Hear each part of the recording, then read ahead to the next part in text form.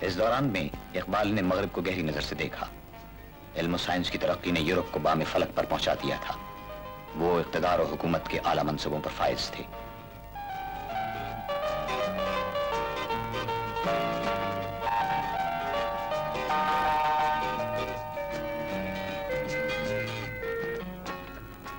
روشنیوں سے جگمگاتا ہوا یہ ماحول جسم و جان کی ساری آسائشوں کو سمیٹے ہوئے تھا. جمہوریت، قوم پرستی اور زندگی کے نئے نسب العین ہر شخص کے دل میں موجود تھے. لیکن یہ سب مادیت کی فسوکاری تھی. یورپ مذہب کو بھول چکا تھا. یورپ کی ترقی کے پیچھے مشرق کے استحصال کا خون دوڑ رہا تھا.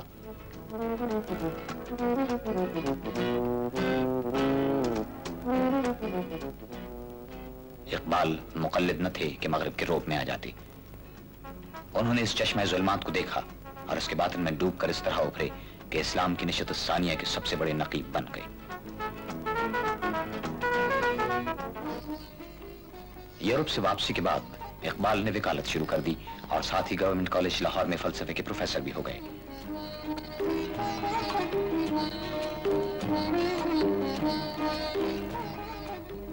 ڈیڑھ سال بعد انہوں نے کالج کی ملازمت ترک کر دی کیونکہ وہ حکومت کی ملازمت میں رہ کر اپنے خیالات کو ظاہر نہیں کر سکتے تھے. اے طائر لاہوتی، اس رزق سے موت اچھی جس رزق سے آتی ہو پرواز میں کوتاہی. علامہ اقبال نے اس دور اضطراب میں مسلمانوں کی زبوں حالی کو اپنی حساس آنکھوں سے دیکھا.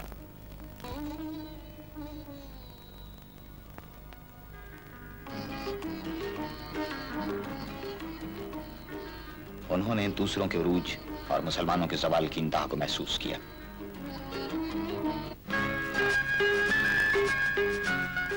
اقبال مسلمانوں سے مایوس نہیں تھے، لیکن وہ دیکھ رہے تھے کہ مسلمانوں کے سیاسی حالات روز بروز بگڑتے چلے جا رہے تھے. سامراجی استبداد کے پنجے مسلمانوں کی ہڈیوں تک اتر چکے تھے. طرابلس پر حملے نے مسلمانوں میں بے چینی پیدا کر دی تھی. جنگ بلقان میں ترکوں کی حکومت کو ناکامی کا سامنا تھا.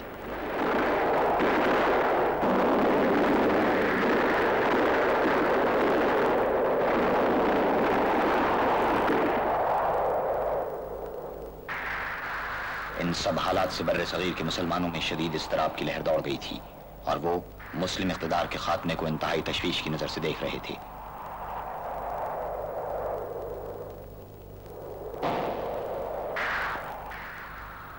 اقبال نے طرابلس کے حملے پر شاہی مسجد لاہور میں حضور رسالت مآب میں فریاد کرتے ہوئے کہا، حضور دہر میں آسودگی نہیں ملتی، تلاش جس کی ہے وہ زندگی نہیں ملتی. مگر میں نظر کو ایک آبگی نہ لایا ہوں، جو چیز اس میں ہے جنت میں بھی نہیں ملتی. جھلکتی ہے تیری امت کی آبرو اس میں، طرابلس کے شہیدوں کا ہے لہو اس میں.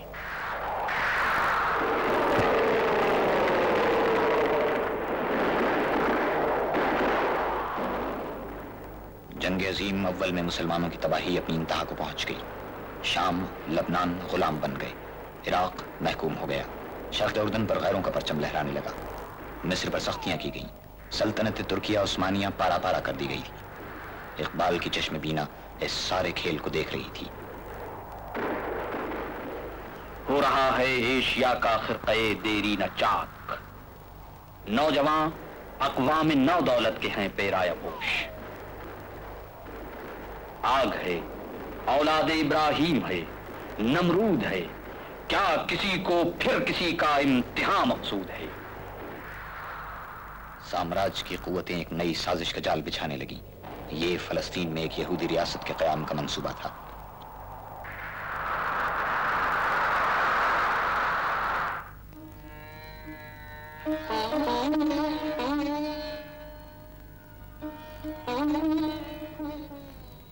جب یہ منصوبہ اپنا سیاسی رنگ دکھانے لگا تو اقبال نے ایک خط میں اپنے جذبات و خیالات کا اظہار ان الفاظ میں کیا. مسئلہ فلسطین مسلمانوں کے ذہنوں کو بہت متاثر کر رہا ہے. ذاتی طور پر میں اس مقصد کے لیے جیل جانے کو تیار ہوں جو اسلام اور ہندوستان دونوں کو متاثر کر سکتا ہے. اقبال نے ان سب حالات سے گہرا اثر قبول کیا اور اپنی پربصیرت شاعری میں ایسے سوالات اٹھائے جو اس وقت کے ہر حساس مسلمان کے دل میں ہلچل مچائے ہوئی تھی.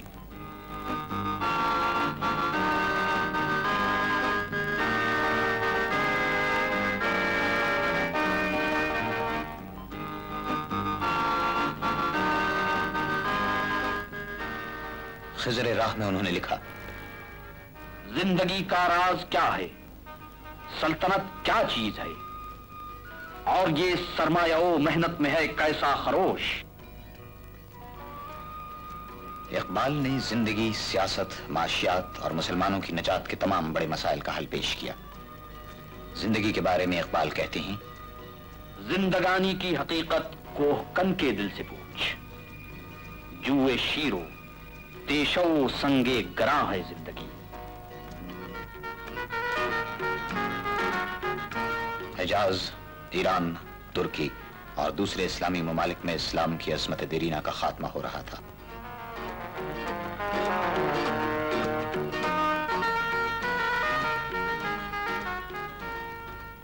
ہر طرف انتشار کا عالم تھا. عالم اسلام پر مشکلات کے بادل چھائے ہوئے تھے.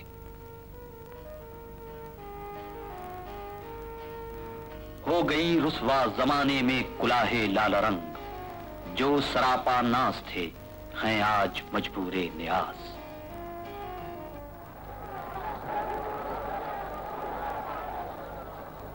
اس عالم میں اقبال نے مسلمانوں کو اتحاد و اتفاق کا پیغام دیتے ہوئے کہا: ربط و ضبط ملت بیضا ہے مشرق کی نجات، ایشیا والے ہیں اس نقطے سے اب تک بے خبر.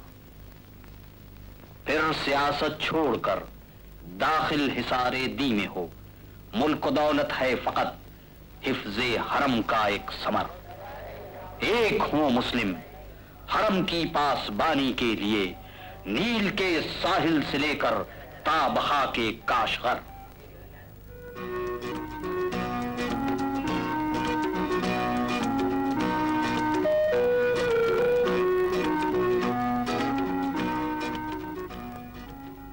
اقبال کی فکر زندگی کے راستوں پر بہت دور تک دیکھ رہی تھی، لیکن مسلمانان عالم ابھی اس فکر میں بہت پیچھے تھے.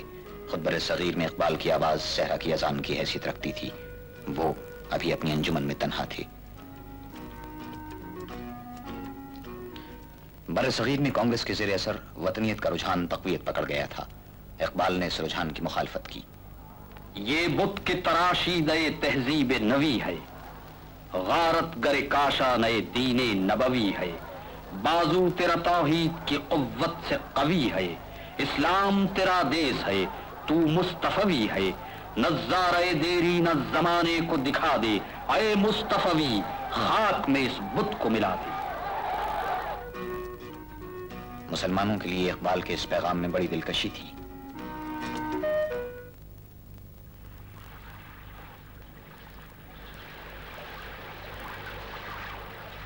اقبال نے مسلمانوں کو ابھارنے کے لیے زندگی کو ایک جوئے رواں سے تشبیہ دیتے ہوئے کہا: وہ جوئے کوہستاں اچکتی ہوئی، اٹکتی لچکتی سرکتی ہوئی، اچھلتی پھسلتی سنبھلتی ہوئی، بڑے پیچ کھا کر نکلتی ہوئی. رکے جب تو سل چیر دیتی ہے یہ، پہاڑوں کے دل چیر دیتی ہے یہ. ذرا دیکھ لے ساقیے لال افام، سناتی ہے یہ زندگی کا پیام. اقبال نے مسلمان نوجوانوں کو اپنی امیدوں کا مرکز قرار دیتے ہوئے انہیں شاہین بننے کی تعلیم دی. شاہین جو قصر سلطان کے گنبد پر نشیمن نہیں بناتا، وہ شاہین جو بلند نگاہ اور آسمان پرداز ہے.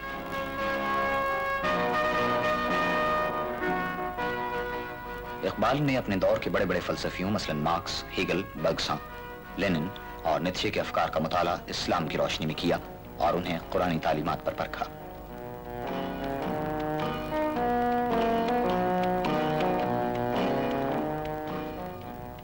مارکس کے بارے میں کہا: دین ان پیغمبر حق ناشناس، بر مساوات شکم دارد اساس. ہیگل پر تنقید کی. ہیگل کا صدف گوہر سے خالی ہے، اس کا طلسم سب خیالی.